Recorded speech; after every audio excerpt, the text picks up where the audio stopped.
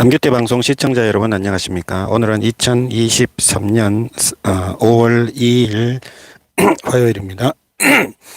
현재 시간은 오전 9시 42분입니다. 남규태방송 성경공부 469회 방송을 시작하겠습니다. 성경은 사무엘상 15장부터 영문으로 읽어 보겠습니다. 제가 어제 영문 성경책을 새 책을 하나 샀습니다. 앞으로 이 영문 성경책을 끝까지 1년 방송을 계속 해 보겠습니다. 사무엘상 15장부터 읽어보겠습니다. Samuel said to Saul, I am the one the Lord sent to anoint you king over his people Israel. So listen now to the message from the Lord. This is what the Lord Almighty says. I will punish the Amalekites for what they did to Israel when they waylaid them as they came up from Egypt. Now go attack the Amalekites and totally destroy all that belongs to them. Do not spare them. Put to death men and women, children and infants, cattle and sheep, camels and donkeys. So Saul summoned the men and mustered them at Teraim. 200,000 put shoulders and 10,000 from Judah. Saul went to the city of Amalek and set an ambush in the ravine. Then he said to the Kenites, go away, leave the Amalekites, so that I do not destroy you along with them. For you showed kindness to all the Israelites when they came up out of Egypt. So the Kenites moved away from the Amalekites.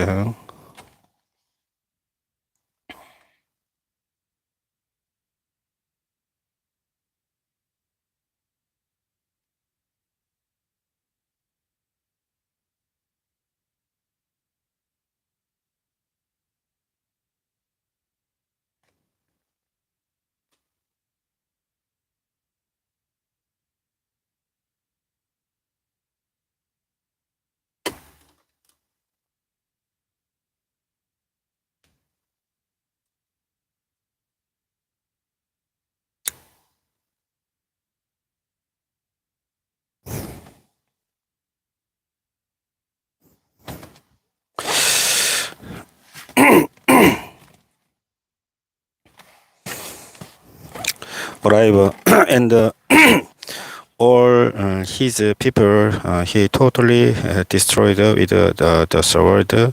But Saul and the army spared Agag and the best of the sheep and the cattle, the pet calves and the lambs, everything that was good. These they were unwilling to destroy completely, but everything that was despised and weak, they totally destroyed. Then the word of the Lord came to Samuel. I regret that I have made Saul king, because he has turned away from me and has not carried out my instructions. Samuel was angry, and he cried out to the Lord all that night. Early in the morning, Samuel got up and went to meet Saul, but he was told Saul has gone to Carmel. There he has set up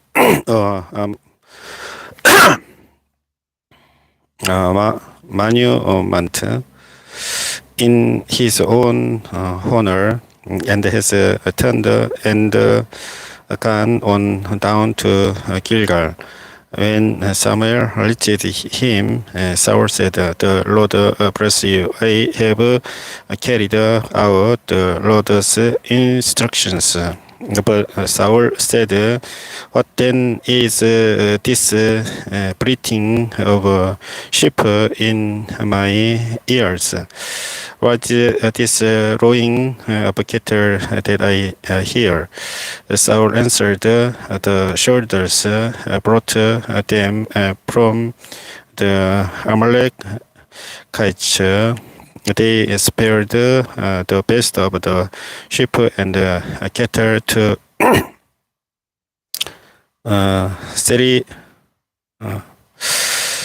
sacrifice to the Lord your God, but we totally destroyed the rest." Enough, Saul said to Saul. Samuel said to Saul, "Let me tell you what the Lord said to me last night. Tell me." Saul replied. Samuel said, Also, you were once small in your own eyes. Did you not become the head of the tribes of Israel? The Lord anointed you king over Israel, and he sent you on a mission, saying, "Go and completely destroy those wicked people, the Amalekites. Wage war against them until you have wiped them out." Why did you not obey the Lord? Why did you pounce on the plunder and do evil in the eyes of the Lord? But I did obey the Lord.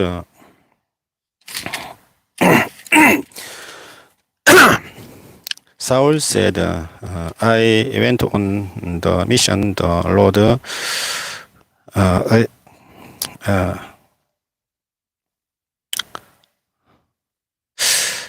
assigned me.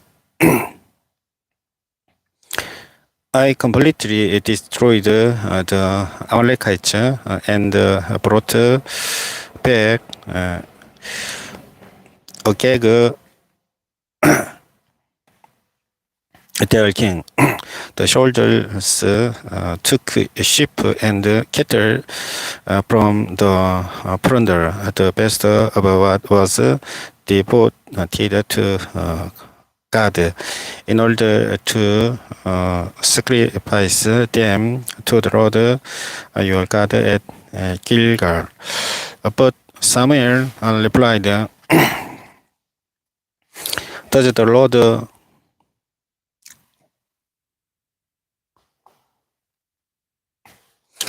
Lord delight in burnt offerings and sacrifices as much as in obeying the Lord? To obey is better than sacrifice, and to heed is better than the fat of rams. For rebellion is like the sin of divination, and arrogance like the evil of idolatry. Because you have rejected the word of the Lord, He has rejected you as a king. Then Saul said to Samuel, I have sinned. I violated the Lord's command and your instructions. I was afraid of the men, and so I gave in to them. Now I beg you, forgive my sin and come back with me so that I may worship the Lord. But Samuel said to him, I will not go back with you. You have rejected the word of the Lord, and the Lord has rejected you as king over Israel. As Samuel turned to leave, Saul caught a hold of the hem of his robe, and it tore. Samuel said to him, The Lord has turned the kingdom of Israel from you today, and has given it to one of your neighbors, to one better than you. He who is the glory of Israel does not lie or change his mind, for he is not a human being that he should change his mind. Saul replied, I have sinned, but please honor me before the elders of my people and before Israel. Come back with me so that I may worship the Lord your God. So Samuel went back with Saul, and Saul worshipped the Lord. Then Samuel said, Bring me Agag, king of the Amalekites.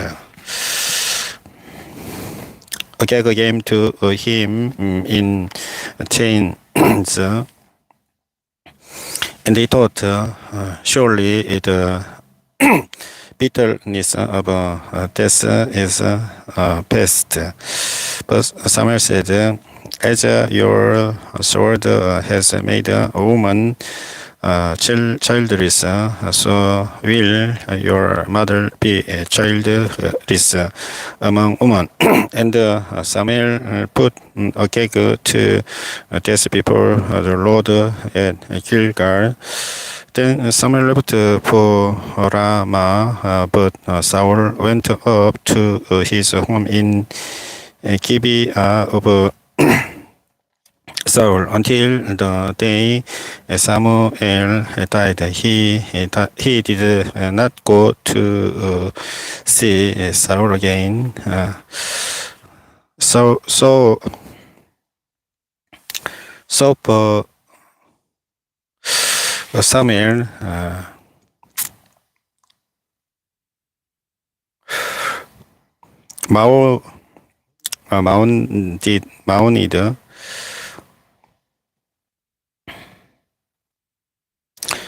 for him.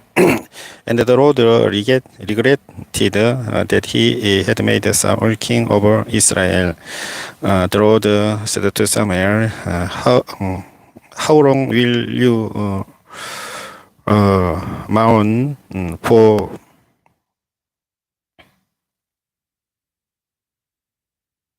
Saul? Since I have rejected him as king over Israel.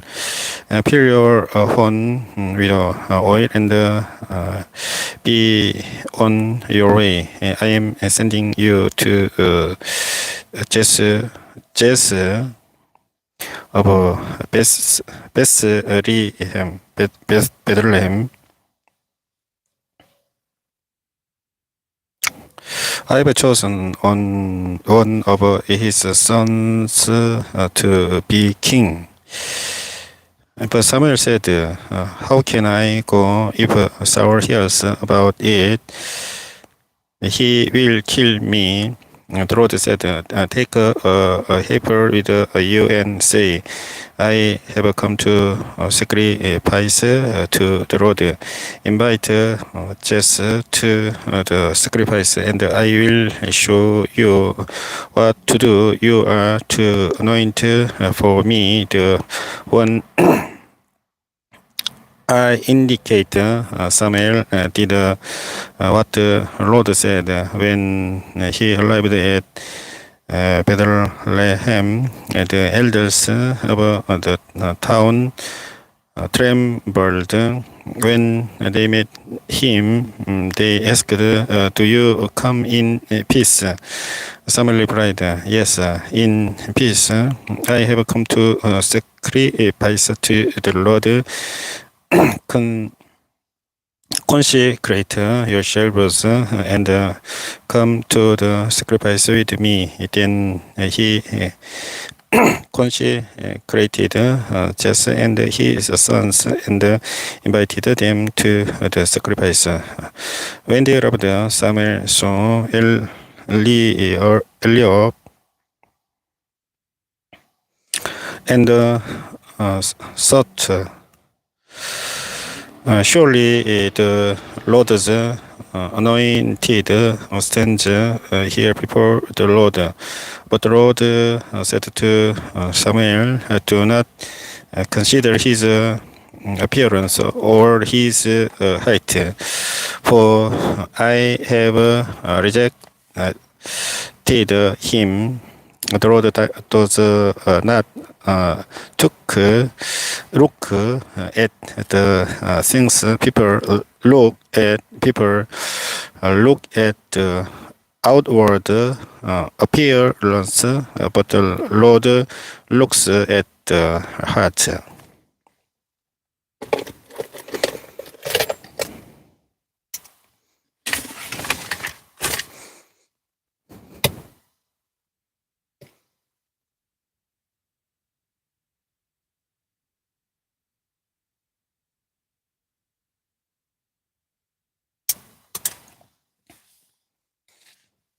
Then Jesse called Abinadab and had him pass in front of Samuel.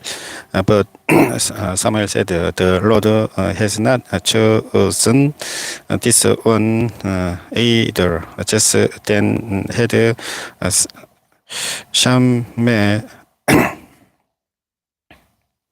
Shammah pass by. But Samuel said, nor has the Lord chosen this one. Just had 7 of his sons pass before Samuel, but Samuel said to him, the Lord has not chosen this. So he asked Jesse, are these all the sons you have? There is still the youngest.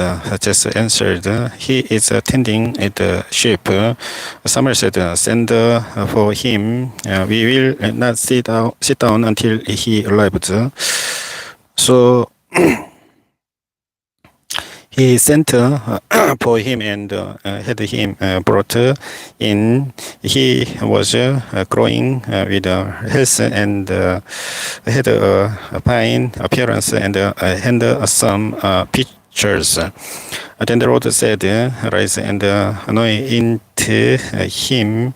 This is the one. So Samuel took the horn of oil and anointed him in the presence of his brothers. And from that day on, the Spirit of the Lord came powerfully upon David. Samuel then went to Ramah. Now the Spirit of the Lord had departed from Saul, and an evil spirit from the Lord tormented him.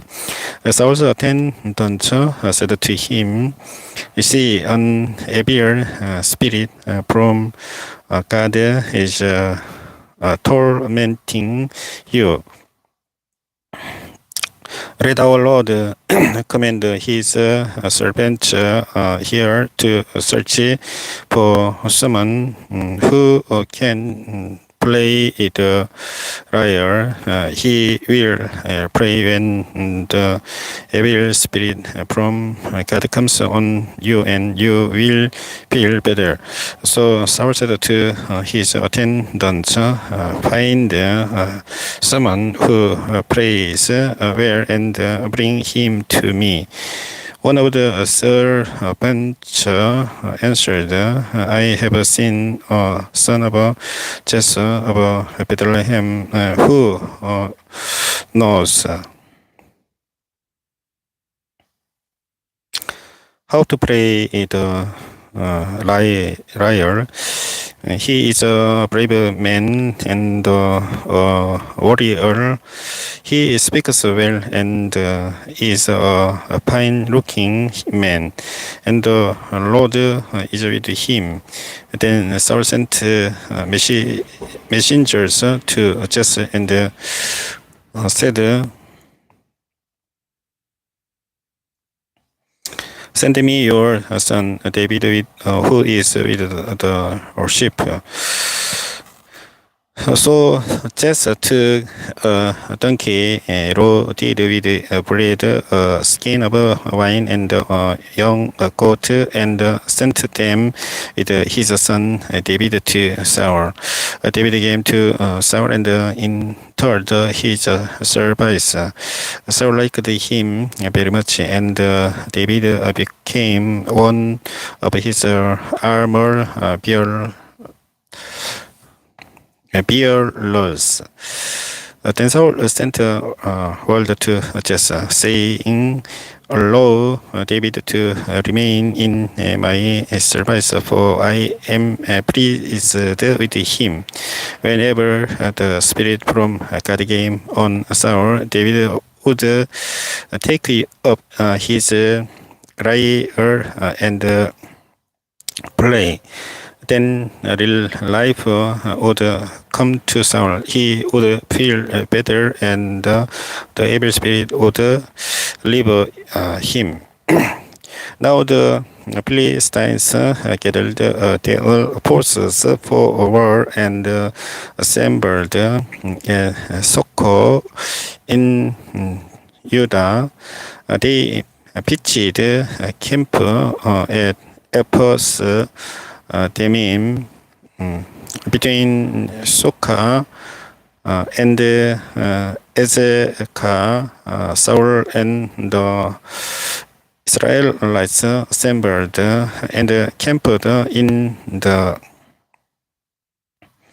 valley of Elah and drew up their battle line to meet the Philistines. The Philistines occupied one hill, and the Israelites another, with the valley between them. A champion named Goliath, who was from Gath, came out of the Philistine camp. His height was 6 cubits and a span. He had a bronze helmet on his head and wore a coat of scale armor of bronze weighing 5,000 shekels. On his legs he wore bronze greaves and bronze javelin was slung on his back. His spear shaft was like a weaver's load, and its iron point weighed 600 shekels. His shield bearer went ahead of him. Goliath stood and shouted to the ranks of Israel, "Why do you come out and line up for battle? Am I not a Philistine, and are you not the servant of Saul? Choose a man and have him come down to me. If he is able to fight and kill me, we will become your subject. But if I overcome him and kill him, you will become our subject and serve us." Then the Philistine said,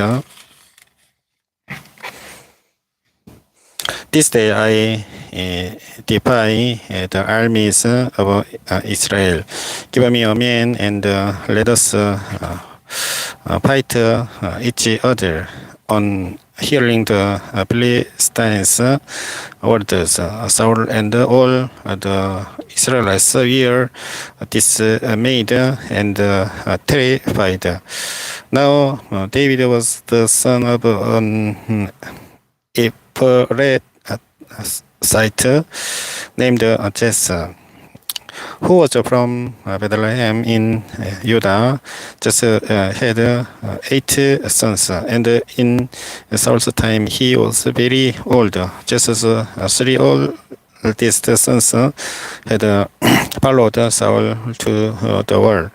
The firstborn was Eliab, the second Abinadab, and the third Shammah. David was the youngest. The 3 oldest followed Saul. But David went back and forth from Saul to tend his father's sheep at Bethlehem. For 40 days the Philistine came forward every morning and evening and took his stand. Now Jesus said to his son David, "Take this ephah of roasted grain and these 10 loaves of bread for your brothers and hurry to their camp. Take along these 10 cheeses to the commander of their unit. See how your brothers are and bring back some assurance from them." They are with Saul and all the men of Israel in the valley of Elah, fighting against the Philistines. Early in the morning, David left the flock in the care of a shepherd, loaded up and set out as Jesse had directed. He reached the camp as the army was going out to its better positions, shouting the word's cry. Israel and the Philistines were drawing up their lines, facing each other. David left his things with the shepherd supplies, ran to the battle lines, and asked his brothers how they were. As he was talking with them, Goliath, the Philistine champion from Gath, stepped out from his lines and shouted his usual defiance. And David heard it. Whenever the Israelites saw the man, they all fled from him in great fear. Now the Israelites had been saying, "Do you see how this man keeps coming out? He comes out to defy Israel. The king will give greater wealth to the man who kills him. He will also give him his daughters in marriage and will exempt his family from taxes in Israel." David asked the man standing near him, "What will be done for the man who kills this Philistine and removes this disgrace from Israel? Who is this uncircumcised Philistine that he Saul defy the almighty of the living God?" They repeated to him what they had been saying and told him, "This is what will be done for the man who kills him." When Eliab, David's oldest brother, heard him speaking with the man, he burned with anger at him and asked, "Why have you come down here? And with whom did you leave those few sheep in the wilderness?" I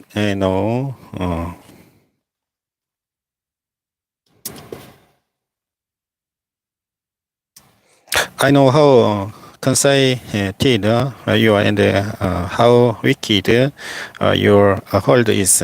You came down only to watch the battle. "Now what have I done?" said David. "Can't I even speak?" He then turned away to someone else and brought up the same matter. And the man answered him as before. What David said was overheard and reported to Saul, and Saul sent for him. David said to Saul, "Let no one's laws hurt on account of this Philistine. Your servant will go and fight him." Saul replied, "You are not able to go out against this Philistine and fight him.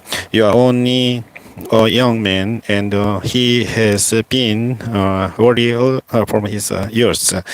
But David said to Saul, "Your servant has been keeping his father's sheep.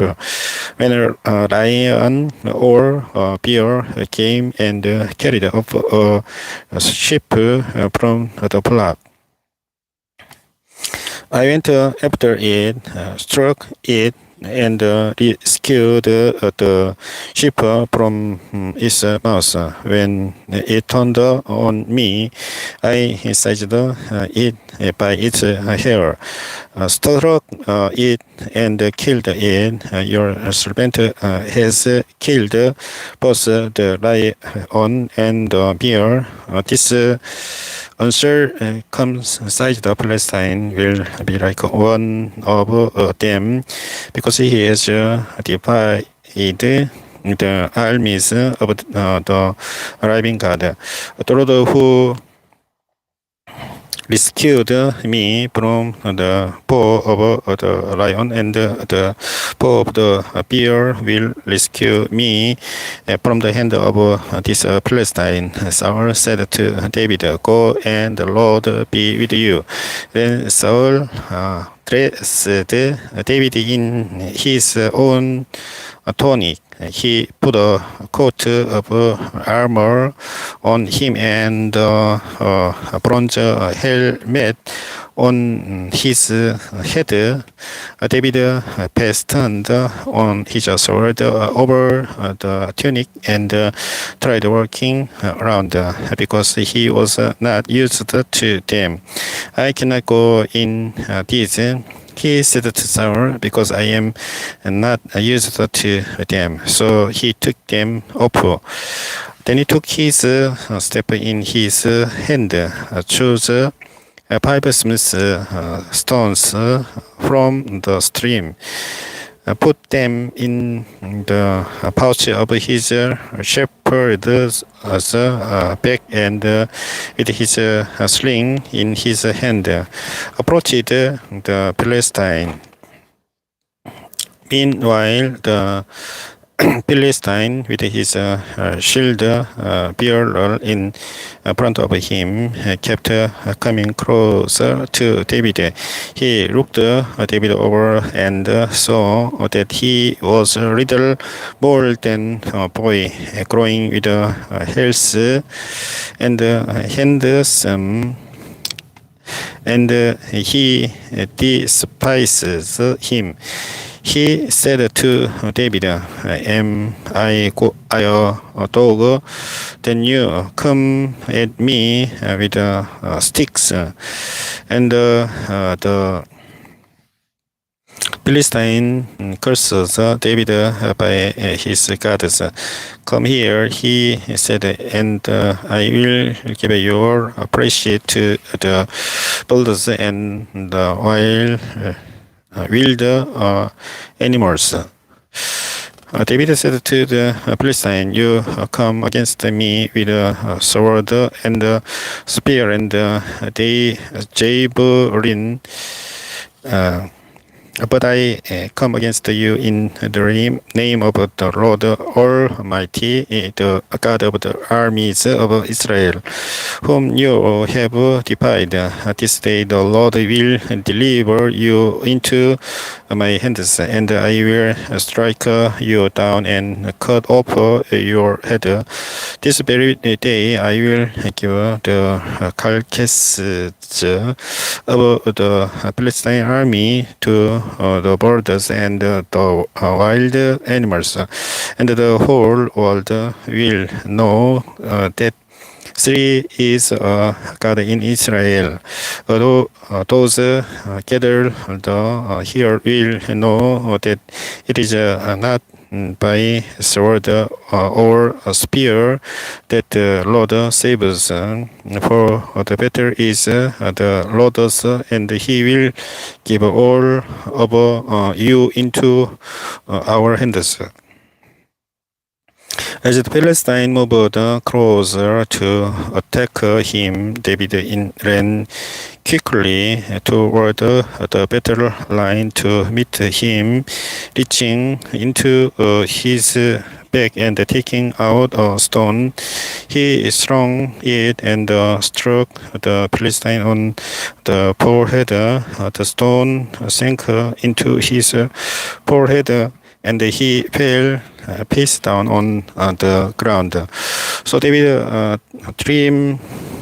triumphed over the Philistine with a sling and a stone. Without a sword in his hand, he struck down the Philistine and killed him. David ran and stood over him. He took hold of the Philistines' sword and drew it from the sheaths.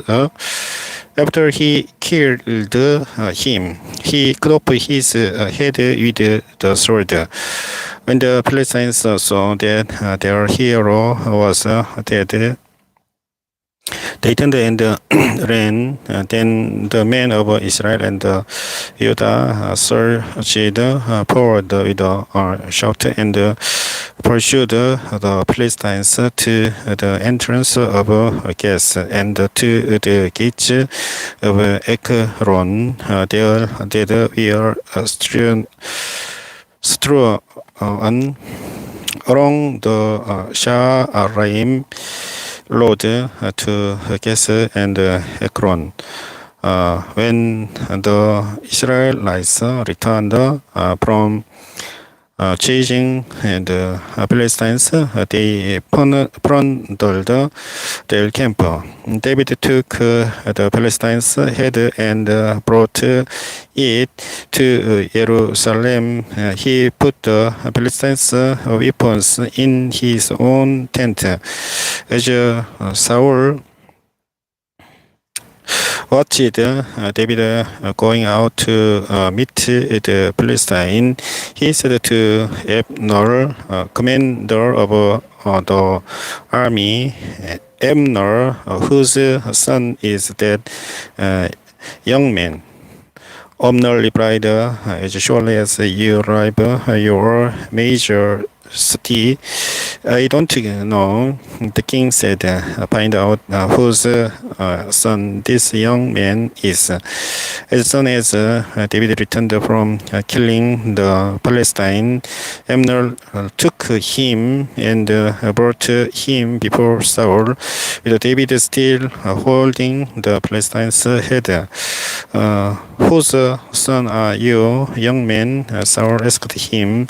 David said, I am the son of your servant Jesse of Bethlehem.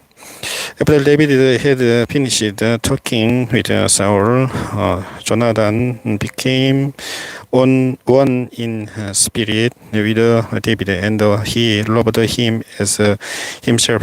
From that day, Saul kept David with him and did not let him return home to his family. And Jonathan made a covenant with David because he loved him as himself. Jonathan took off the robe he was willing and gave it to David. Along with his tunic and even his sword, his bow and his belt. Whatever mission Saul sent him on, David was so successful that Saul gave David was so successful that Saul gave him a high rank in the army. This pleased all the troops and Saul's officers as well. When the men were returning home after David had killed the Philistine, the woman came out from all the towns of Israel to meet King Saul with singing and dancing with joyful songs and with timbrels and lyres. As they danced, they sang.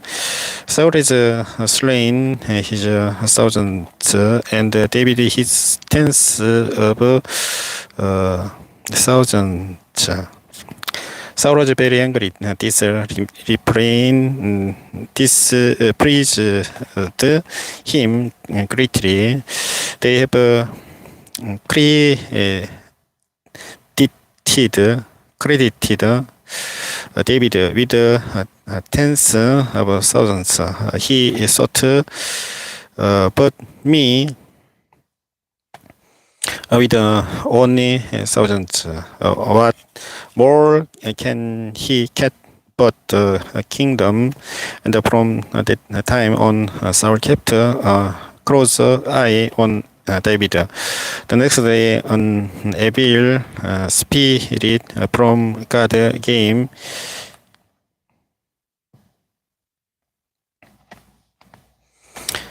forcefully on Saul. He was prophesying in his house while David was playing the lyre.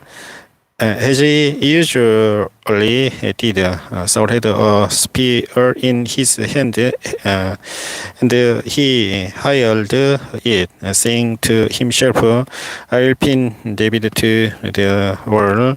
But David eluded him twice. Saul was afraid of David because the Lord was with David, but had departed from Saul.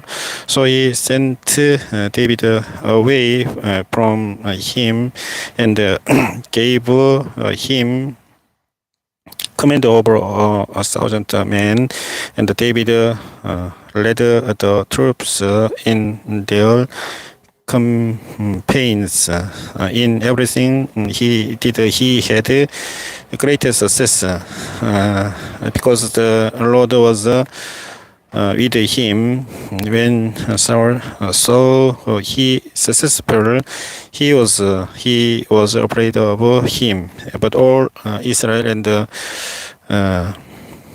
Judah loved David.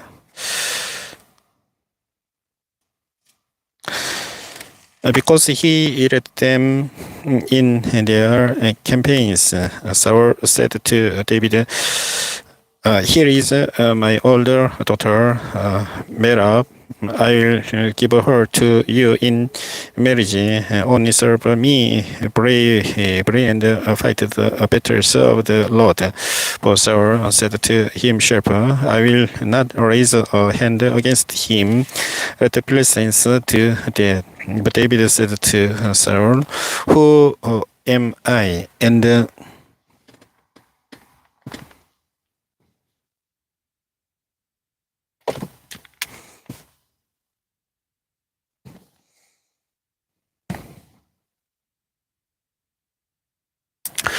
what is my family or my clan in Israel that I should become the king's son-in-law? So when the time came for Merab, Saul's daughter to be given to David, she was given in marriage to Adriel of Mesora. Now Saul's daughter Michael was in love with David, and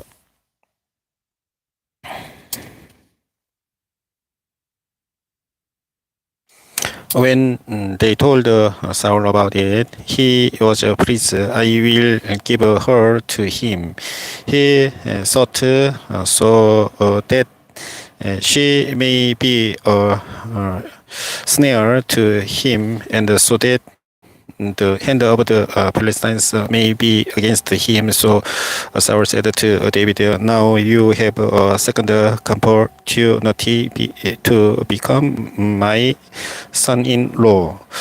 10 Saul ordered his attendants speak to David privately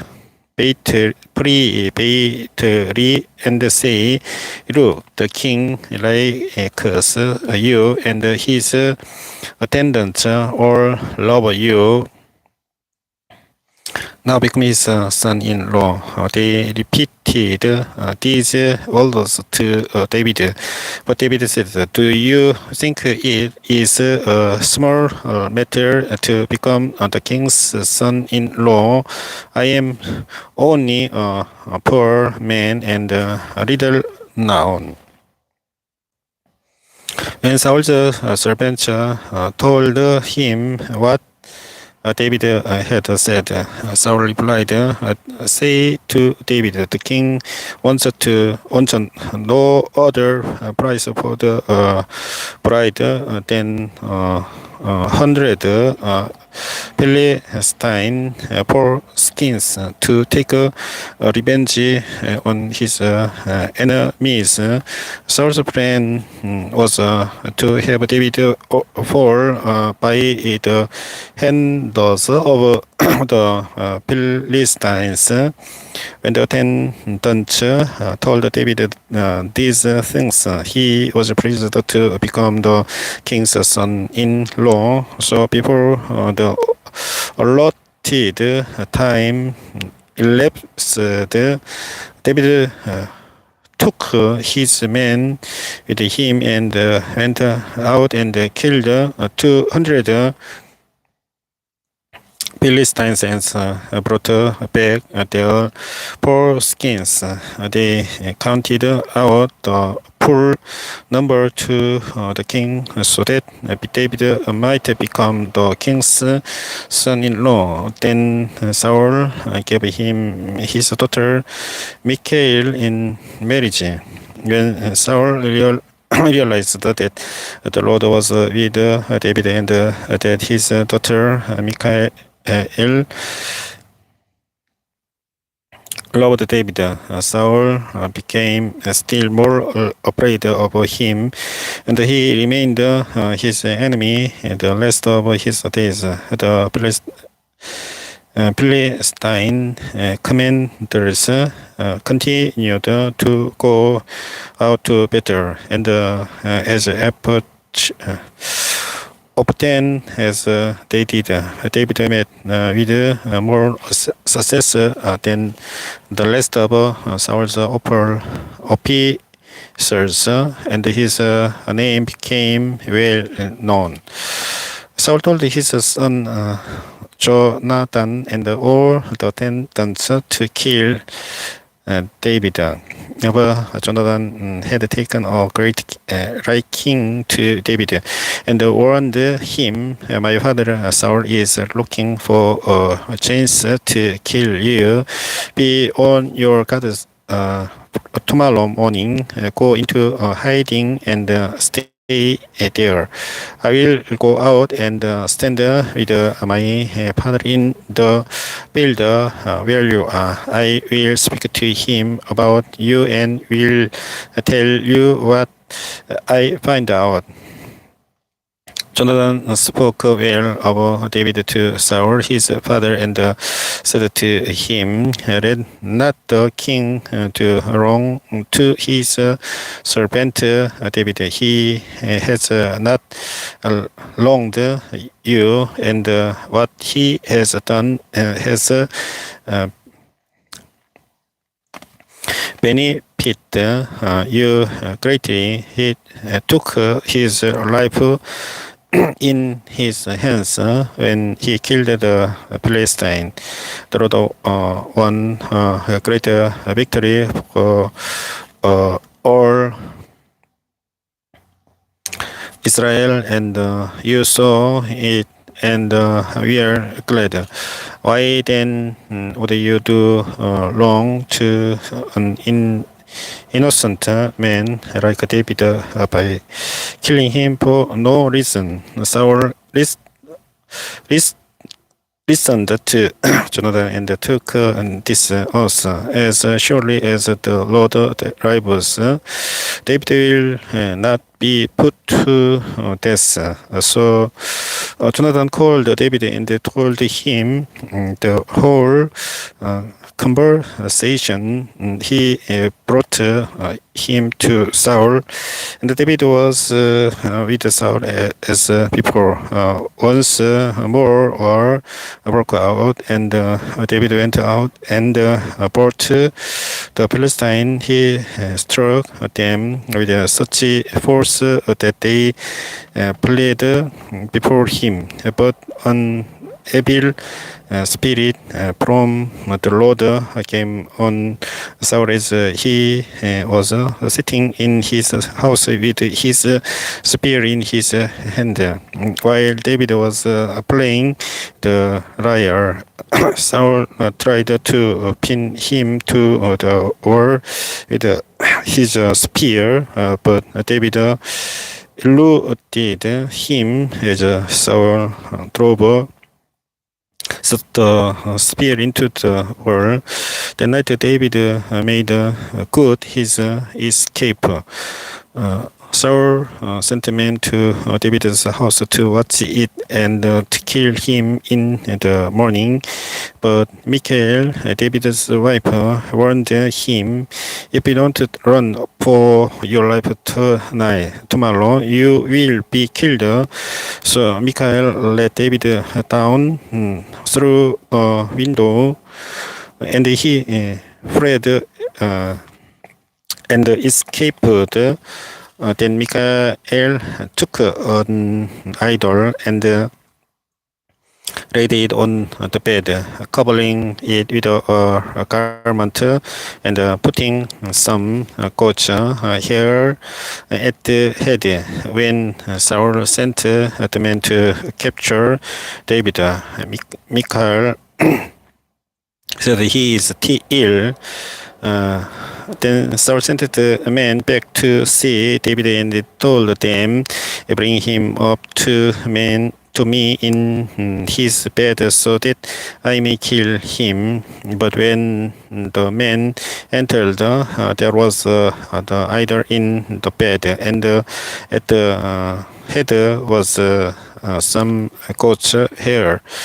Saul said to Michael, "Why did you deceive me like this and send my enemy away so that he escaped?" Michael told him, "He said to me, 'Let me get away. Why should I kill you?'"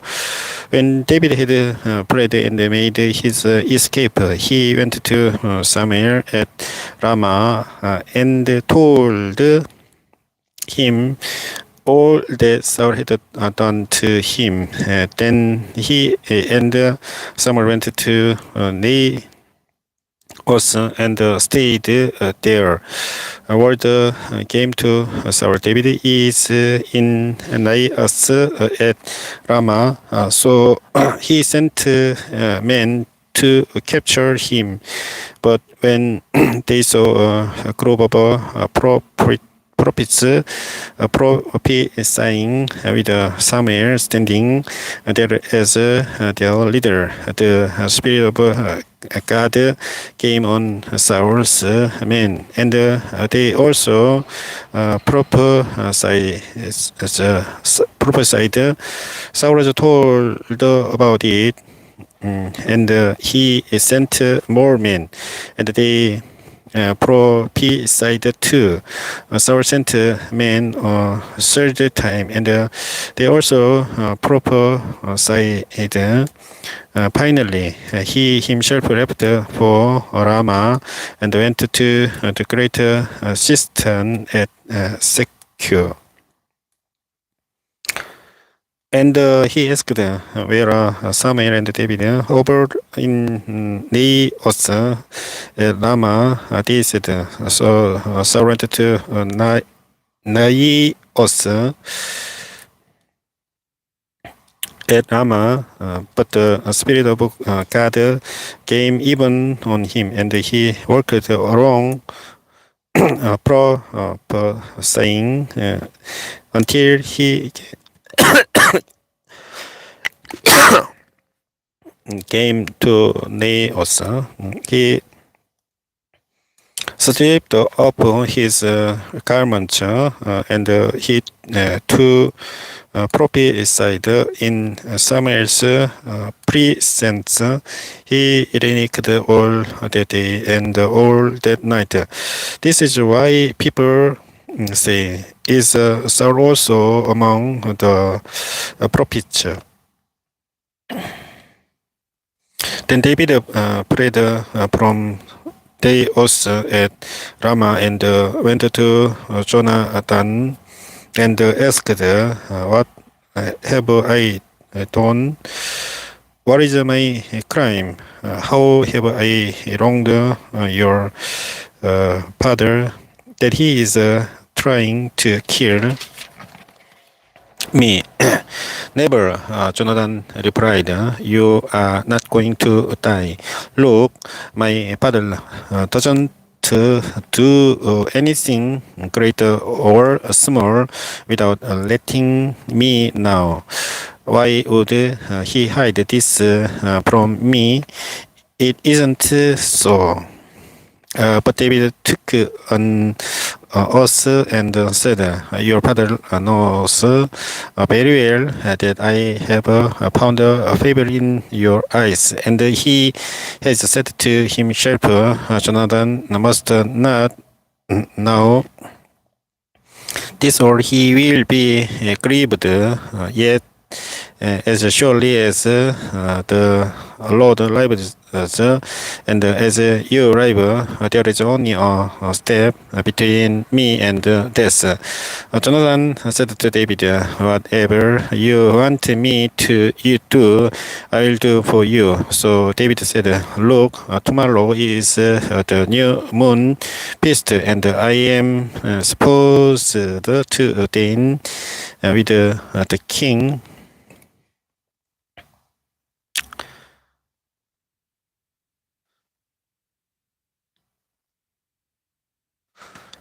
But let me go and hide in the field until the evening of the day after tomorrow. If your father misses me at all, tell him David earnestly asked my permission to hurry to Bethlehem, his hometown, because an annual sacrifice is being made there for his whole clan. If he says, "Very well, then your servant is safer." But if he loses his temper, you can be sure that he is determined to harm me. As far as you show kindness to your servant, for you have brought him into a covenant with you before the Lord. If I am guilty, then tell me yourself. Why hand me over to your father?"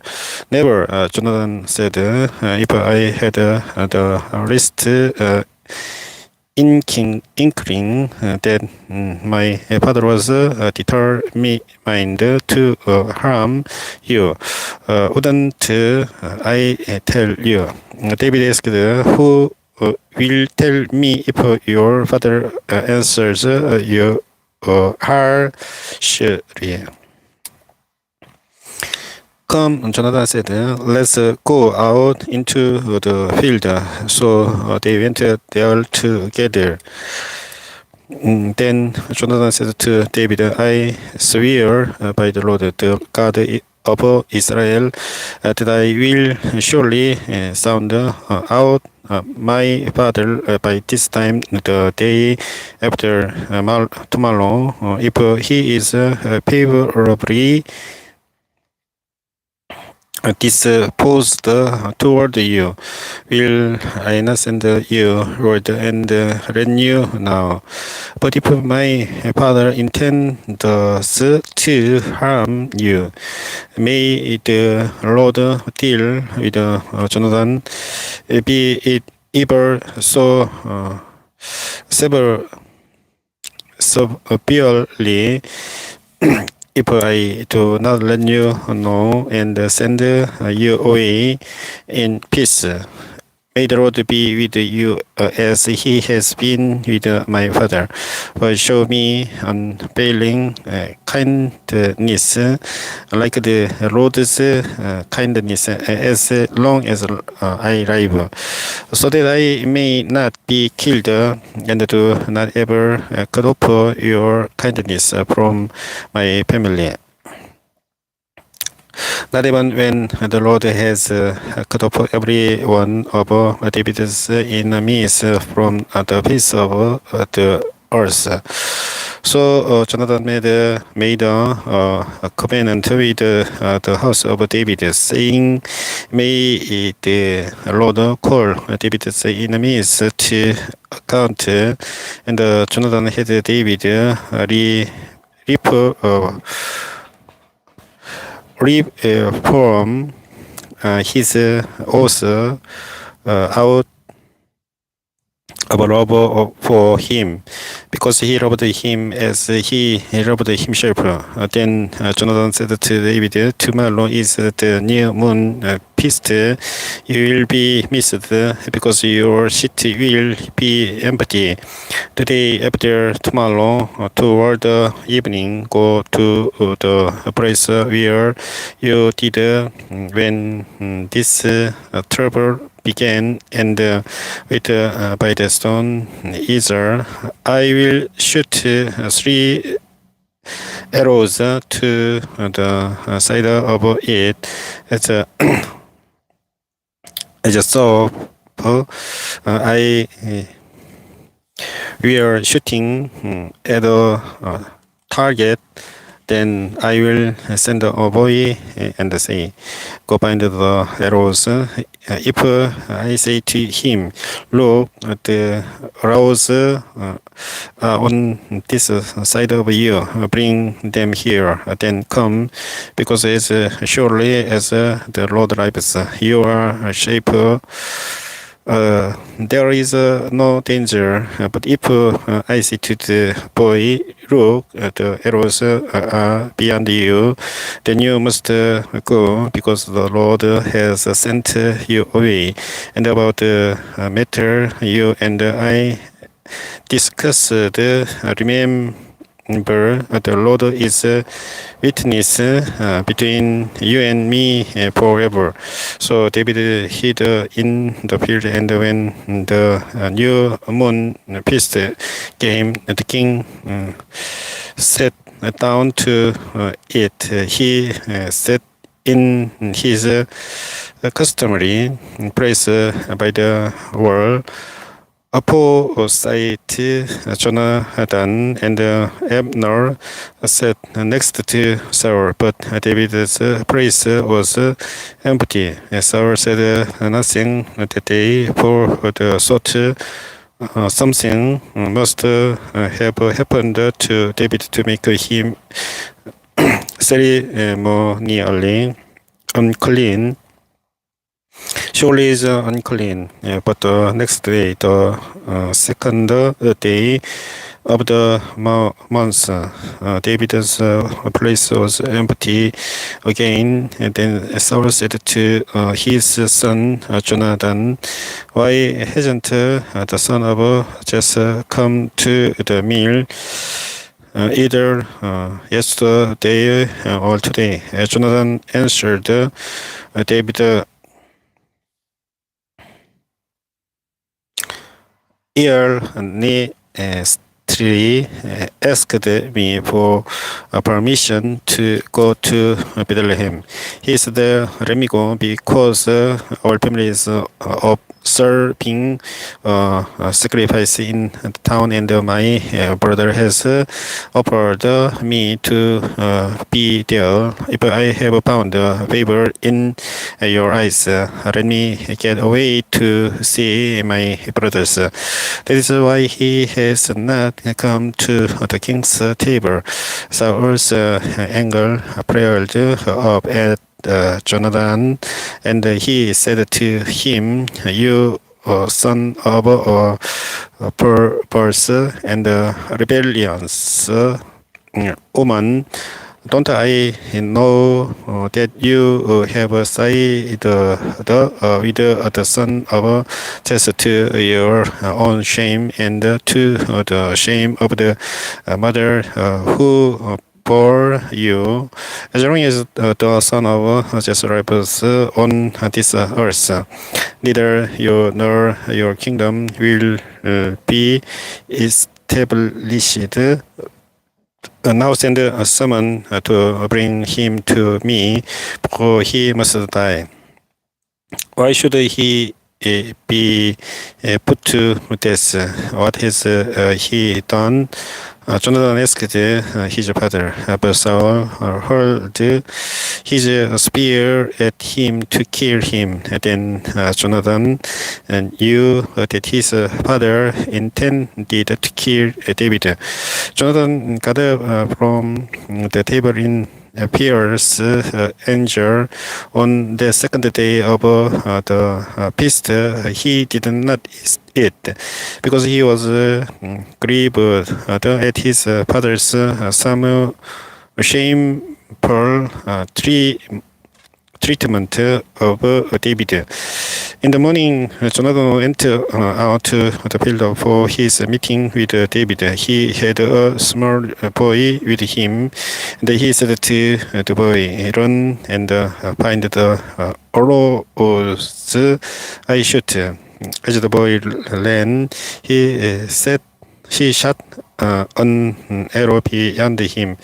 When the boy came to the place where Jonathan's arrow had fallen, Jonathan called out after him, "Isn't the arrow beyond you?"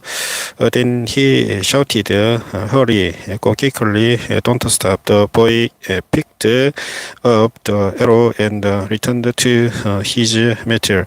The boy knew nothing about all this. Only Jonathan and David knew. Then Jonathan gave his weapons to the boy and said, "Go, carry them back to town." After the boy had gone, David got from the south side of the stone and bowed down before Jonathan 3 times with his face to the ground. Then they kissed each other and wept together. But David wept the most. Jonathan said to David, "Go in peace, for we have shown